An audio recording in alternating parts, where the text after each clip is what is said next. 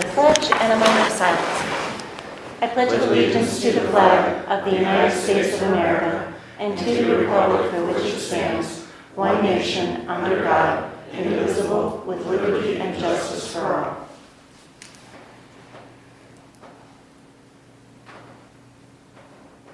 All right, everyone, thank you. The meeting is recorded. We'll start with approving the minutes from the July 24th salary board meeting. Do I have any corrections or comments? Hearing none, do I have a motion? So moved. Second. All in favor of approving the July 24th minutes, please state aye. Aye. Aye. Motion carries. We'll move on to sheriff, increase in civil court. Can we go into executive? Oh, I guess we're at meeting and executive session. All right, I move to go into executive session for the purposes of discussing an HR matter regarding workman's comp. Okay. I was going to do it by the end if she didn't.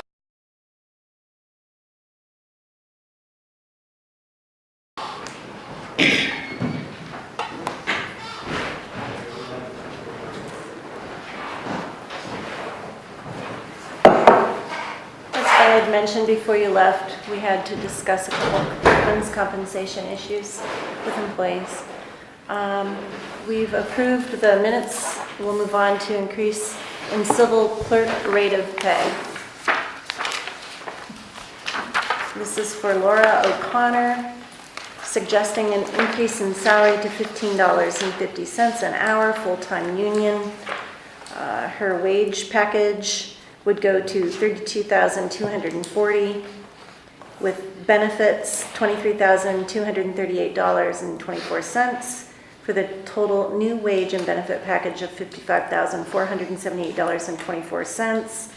Additional funds from the county would be $4,052.81. Do we know what the current rate is? $13.69. And I guess one question I'll ask is on the table of where the wages and that, where it says current and in parentheses, she's full-time, right? She's not based on, No, she's full-time. Yeah. so it's based on 99 hours per year, should not apply, is that correct? Right, correct. Okay. I move to approve the rate increase for Laura O'Connor to $15.50 an hour. I'll second that. Do we have a letter from the union stating that this is not an issue? I mean, I know it's not, but for future reference, do we have some documentation? No, I didn't know, to be honest with you, I didn't think Baker was dealing with it, and we can get you one. I mean, because I know it's not an issue for the union to have that. And I think it also goes without saying that this is for Laura O'Connor's position because she has increased workload. Yes. She's done a fantastic job of project managing certain things. Yes. So this is for her specifically, doesn't go with the position. So if she leaves, to replace. It goes back to the original rate. I don't know. So, go ahead. I don't know if you want some information on what she's done, how her duties have increased. Sure. I would like that. Okay. What Laura was hired for was to process the magisterial civil process, anything that was with magistrates, and issue a license to carry. In 2010, we issued 1,400, a little over 1,400 license to carry applications. We received was 1,440. 2016, we issued 2,454 license to carry.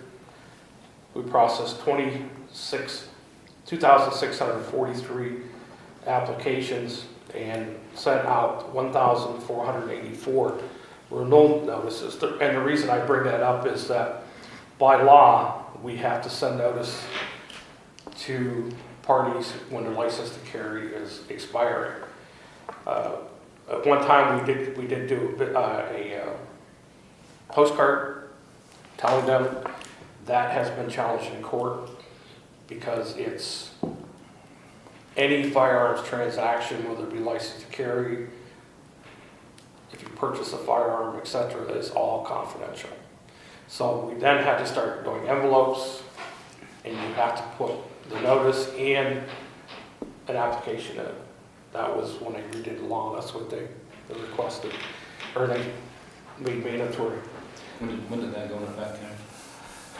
When they redid the last firearms, That was, I can't remember how many years, it's probably been 5 or 6 years. do you think it was prior to 2010? Right around that time.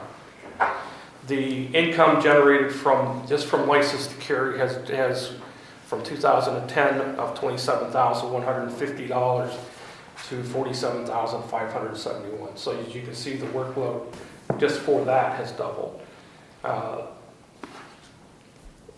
Judge Sturt signed a court order on January 1, 2016, creating a Warren County warrant repository.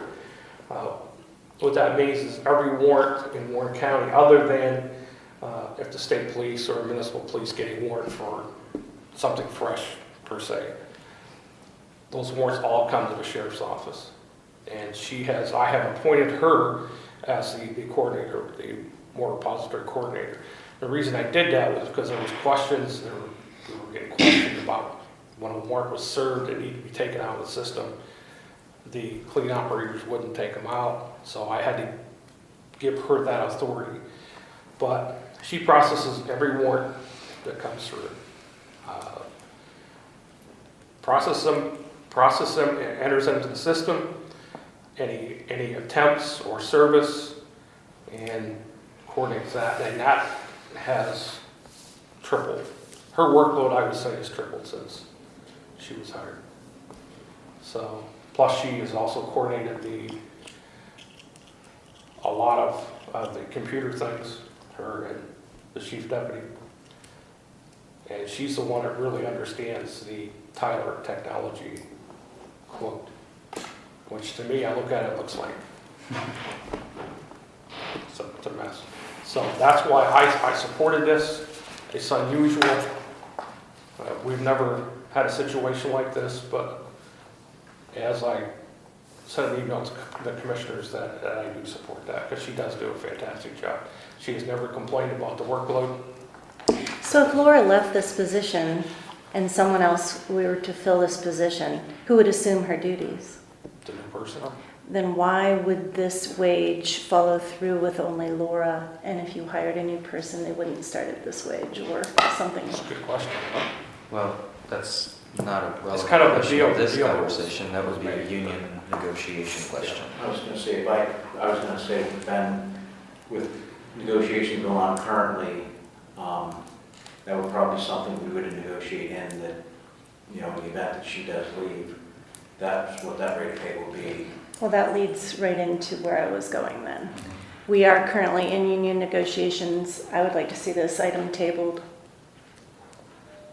I would actually amend my motion to make this effective July 27th because, we did meet with the union in a non-negotiation standpoint with the understanding that it's possible that Mrs. O'Connor could leave and we want to keep her. We said, and I'm sorry that we didn't include the treasurer at the time, but we said at the time that we were willing to increase the salary. Now, I'm sympathetic to your argument, but I also am going to live by my word. Well, and new revelations have taken place since that meeting, Such as... the sheriff's budget. Can I go this side? I feel, and I voiced this to Commissioner Kaplan last week, that yes, the budget right now is an issue. However, I feel that we're being penalized for doing our jobs. Our transports right now probably stand roughly at 160 versus 107 all of last year. Civil process is up, the warrant arrests are up, and I feel as if it's being held against us. I can't predict what our year is going to be like. We can just do an educated guess with that. In some ways, I don't think you should be penalized because other people are breaking the law and as a consequence, you have more work. Well, I mean, we have to find some way to cut and save money, But again, when it comes to this specific finite issue, we already had an agreement. Okay, well, one thing is, nobody outside of this meeting can promise anybody anything. Right.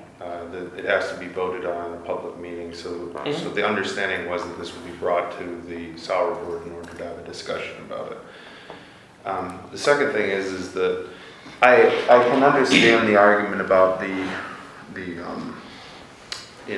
budget. I mean, that's an issue, and that's something that's going to be an ongoing discussion between the commissioner's office and the sheriff's department. I think, though, that looking at this individual situation, obviously Laura O'Connor has worked very hard, and her workload has increased.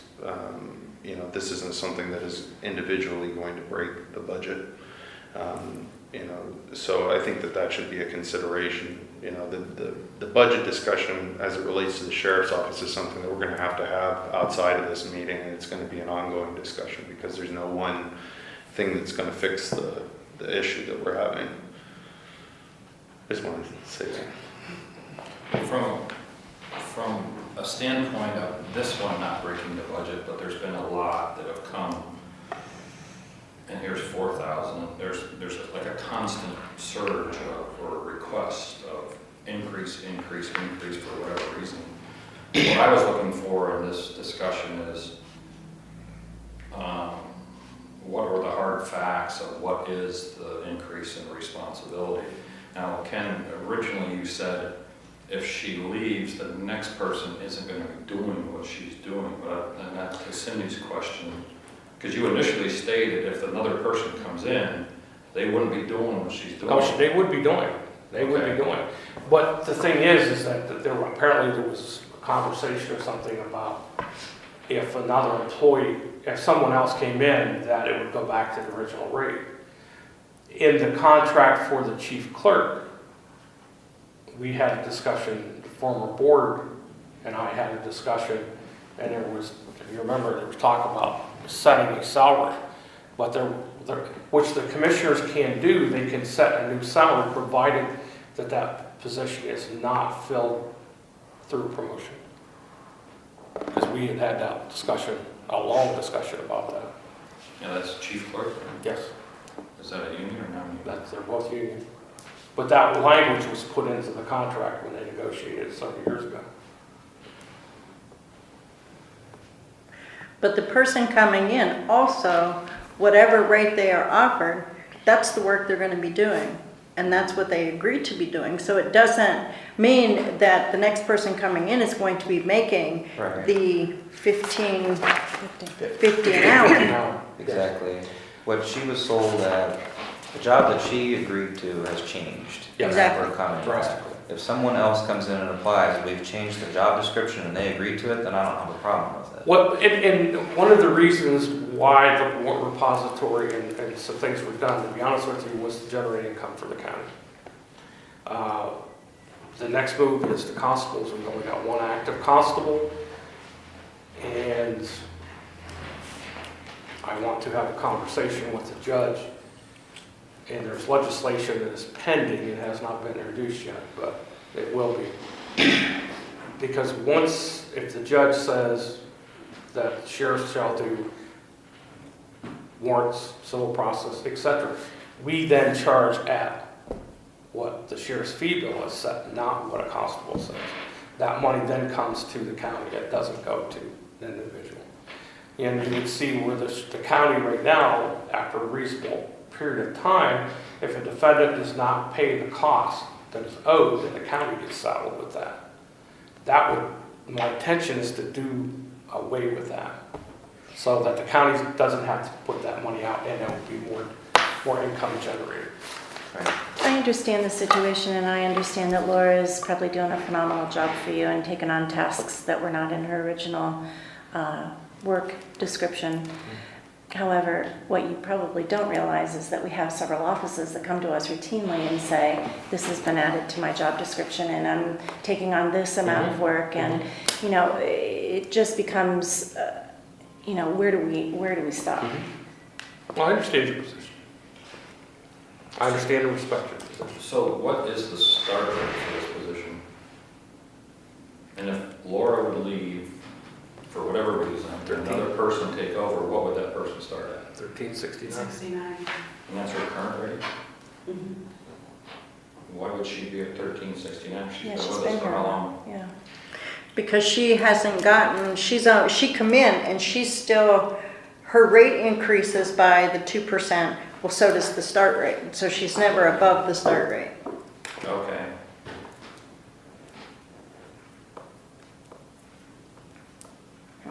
So this, I guess then why would we move it to 1550 then? And if the next person's gonna go to 1369? It was a compromise, basically. The union came in asking for 17 something and 1850. 1850, and at least I didn't think that was, I wasn't sold on that. But here's where I'm conflicted is a new person comes in and goes to 1369 now for the doing this, has to do the same work. Unless it's negotiated as part of the contract. But again, And that's why I'd like to see it tabled. what I'm saying is that if a new person comes in and they are agreeing to those terms, whereas currently you've got somebody who agreed to different terms and we haven't increased the salary. But see, here's the thing, is the new person coming in isn't gonna know the details of all this work. Well, And they're gonna come in, so basically they're gonna come in and say, okay, yeah, I'll take the job at 1369. right. And they're gonna do the work that she was doing and propose to get 1550 for, I guess. But the difference is that person knows this is what the job is, this is what your pay is. Right. She was hired and she was assigned additional duties.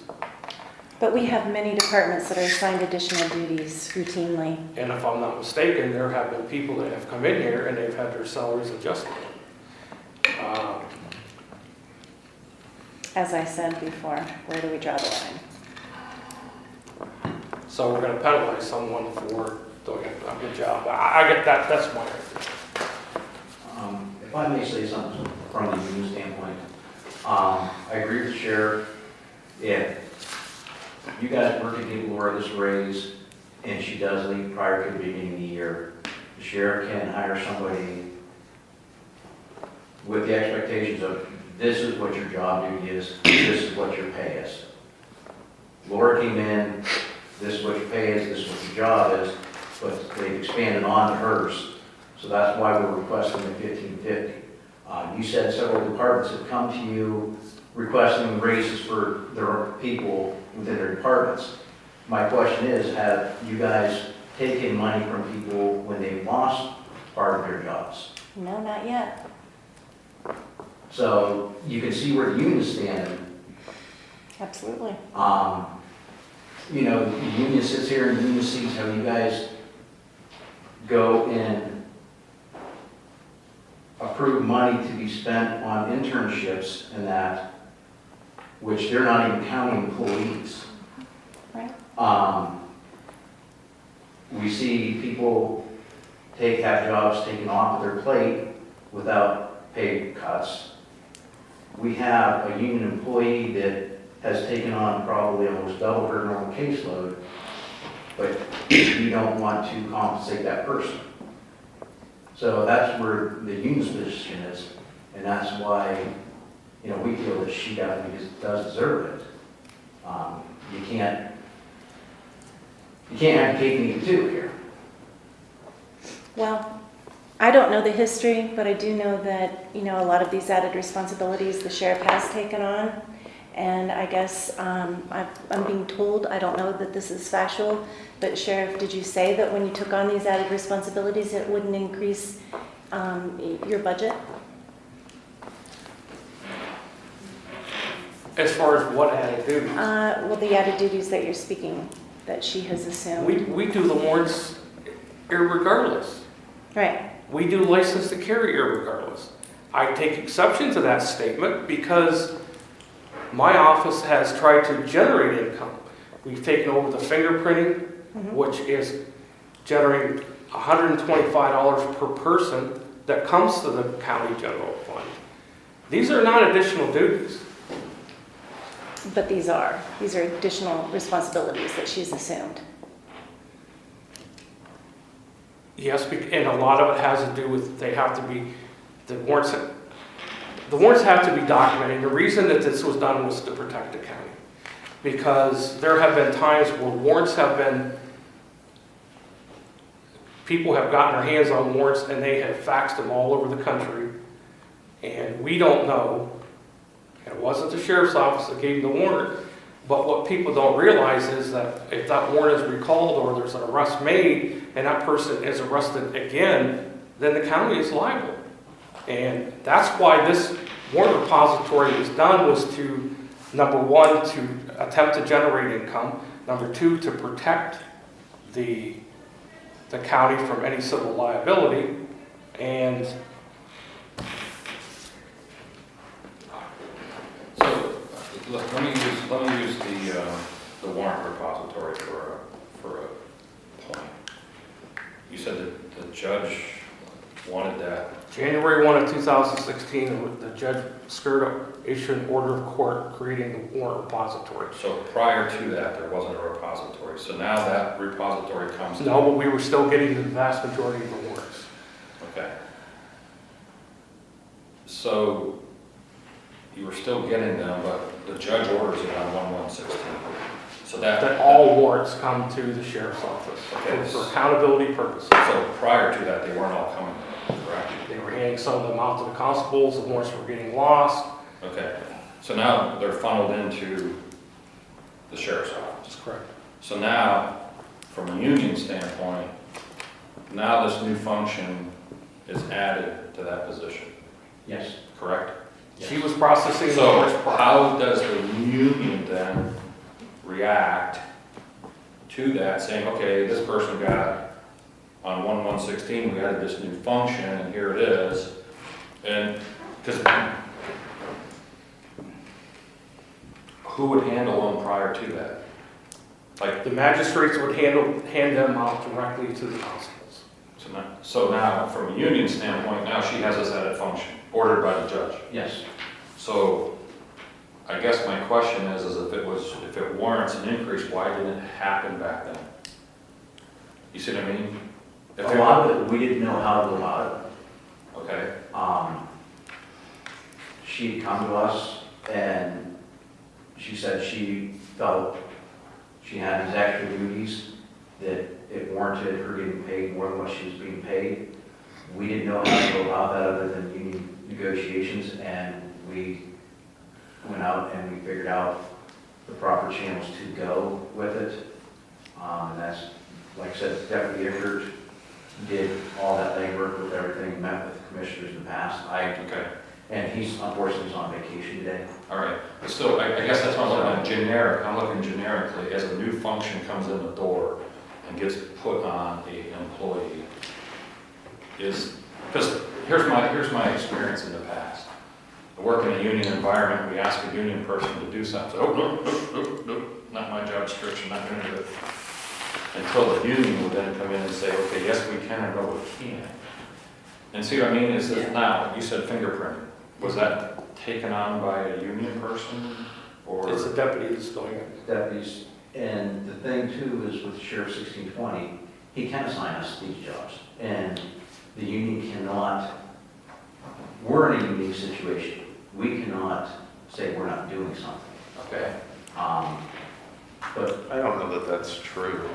I mean, we have plenty of grievances to show the opposite to that. Not have grievances from the field division, from the sheriff's office. Well, I'm just saying, like, I mean, it all depends on your jail. relationship, but, you know, to say that you can't ever say, like, I'm not doing that, I don't know that that's not true, you know. Sheriff, you came to us a while back and asked if you could take on the responsibility of serving the warrants because there was a problem with constables and Yes. at that time, though, I recall that you saying this would not be a hardship to your office and that there would be no increase in your budget. I'm gonna be very honest with you. This is ridiculous. Now, I have been nice. I suggest the three of you go to the sheriff's office and find out exactly what the sheriff's office does. My office contributes probably $250,000 to this county. I control 11% of my budget. The rest has all been through the contract. I have 2 people that do. My people do a lot more work than a lot of other people in this courthouse. We're generating money. I continuously look for ways to generate money for the county because I know the county has had problems. This is ridiculous. I think that this is a discussion that can be had outside of this meeting. Oh, I will meet with you, and I have said I will meet with you anytime. Well, I guess my point is that I'm not interested, and this is just my personal opinion, in using Laura Connor's position as a wedge to have a discussion about the budget. I mean, we definitely have to have a discussion about the budget. I mean, there are issues, that's a fact. But this is coming out of his budget. But I do so- have 2 questions more related to this. One would be, if your civil process software is failing, we need to replace it. Who do you think on your team would actually be the best person to manage much of the day-to-day implementation of getting a contract in place? And I understand that you and Chief Deputy would be the overarching architects. Laura would use it. Laura and Marcy would use it the most. Laura enters every single warrant, everything licensed to carry. She does the PICS checks. Yeah, just as an example, for a license to carry, she sends out the notices, she does all the PICS checks, she issues the permits. It's over almost 3,000 licenses to carry.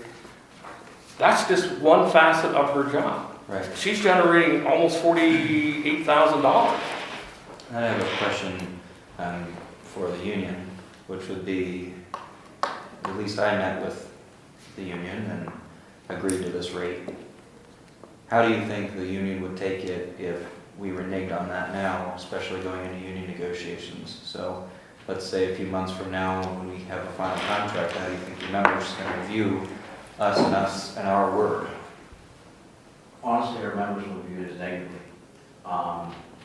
You guys implemented a Friday Warren County version of basic issues to meet with all county employees to get to know them, and get to understand them.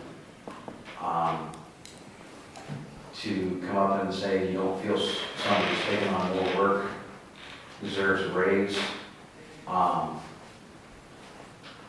we would look at it as negatively. And I feel that would actually be a negative impact on negotiations as well, which would make it more difficult to come to an agreement. Okay, thank you. I just want to make it clear.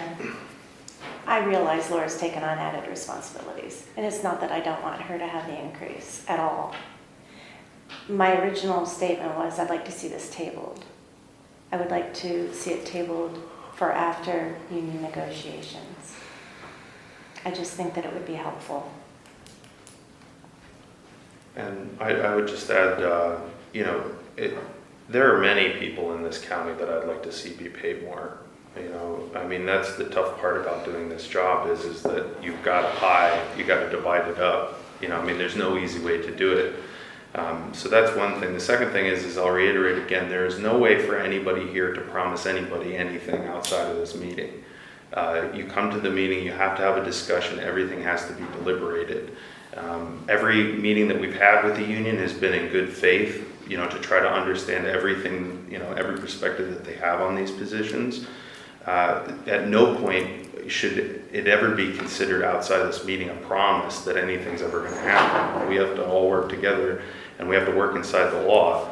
The third thing is that my personal perspective on this, I support this initiative because I think Laura O'Connor is a very good employee and has shown herself to do a good job in the role that she's been asked.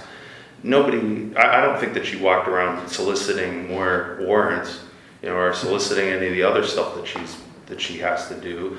She's never complained about it, and she's worked her butt off, and so I think that on some level, from my perspective, I mean, that's where I'm coming at from this. All the rest of the stuff is stuff that needs to be discussed, and it's not her, this position, I think, responsibility to hash that out. Right.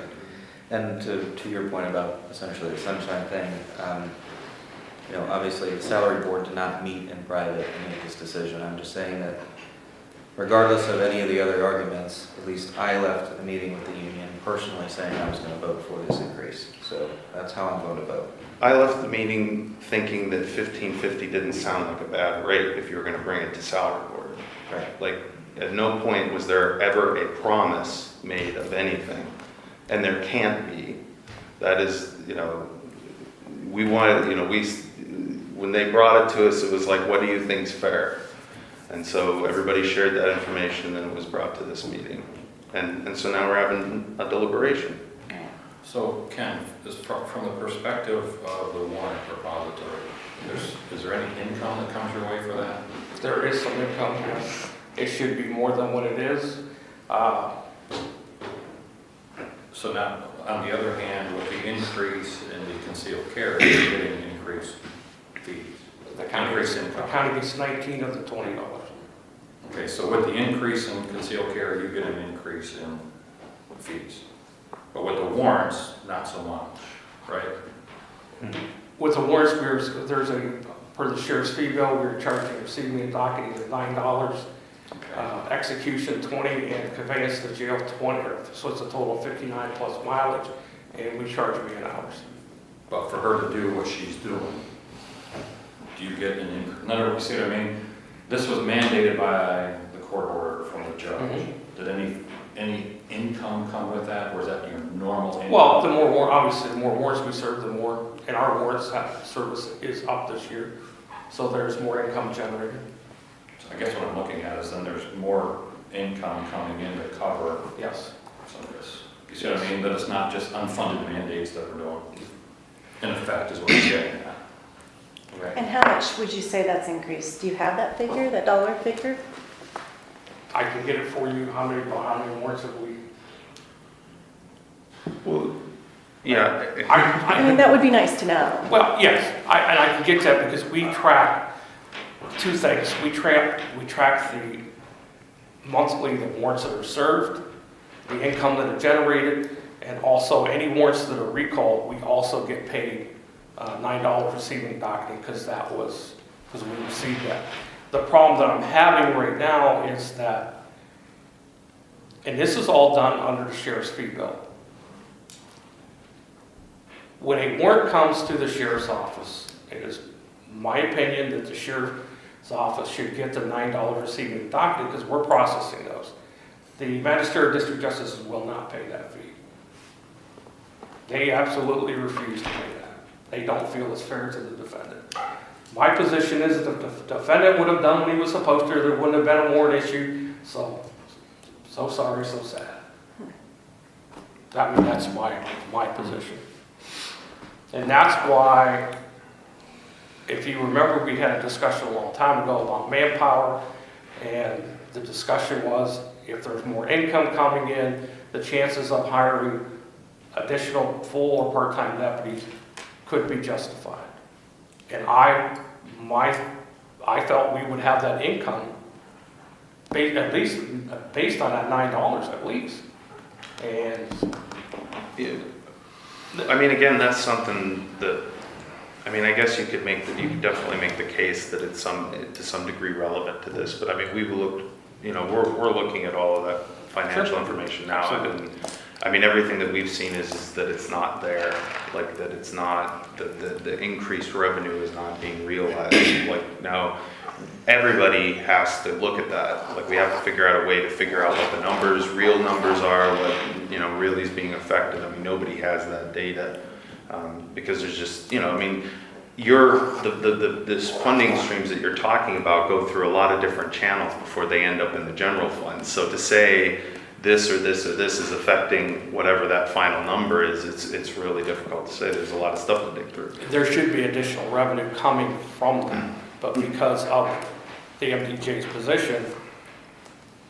Well, and that has to be factored into the overall discussion, I agree. Okay, is there further discussion? I'll call the question. All in favor of approving the raise for Laura Connor, please say aye. Aye. Aye. Any opposed? All, motion carries. Thank you very much. You're welcome. And I will get you those figures. Thanks. I'd like to know. had given you figures last meeting. I had everything down and given it to them.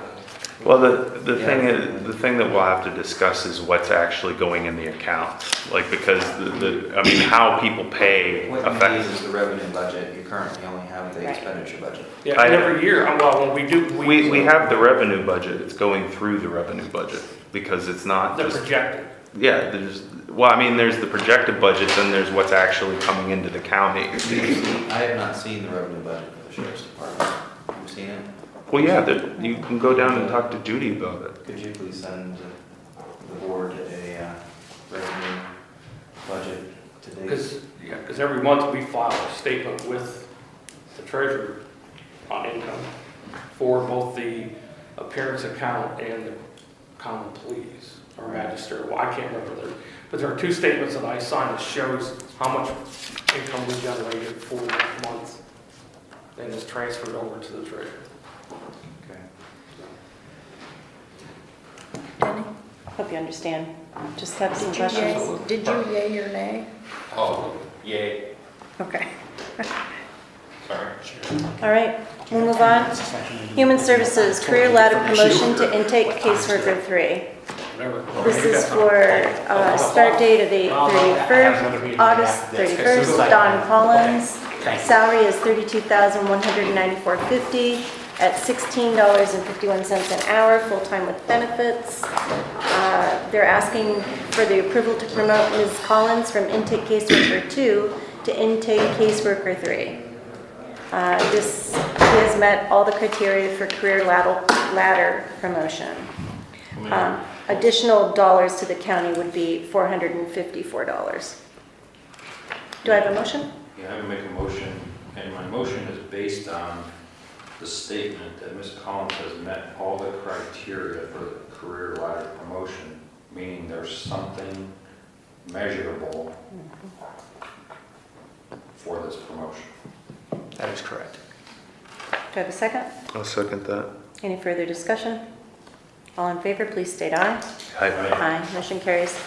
Next item for Human Services is permission to allow Tony Marino to use 14.75 hours of vacation prior to him earning that time. Do I have a motion? So moved. Second. I didn't get that piece in mind. He is out, had a knee replacement, and it's Okay. gonna be short 2 days or whatever it is. So we're just approving a non-payment? We're approving a payment ahead of when he actually earns it. It'll be before his So anniversary the date. 14.75, Okay, when his anniversary date Will be hits. subtracted off. okay. From what I understand, he's not been the type to abuse Not at all. vacation time, so. Okay. All in favor, please state aye.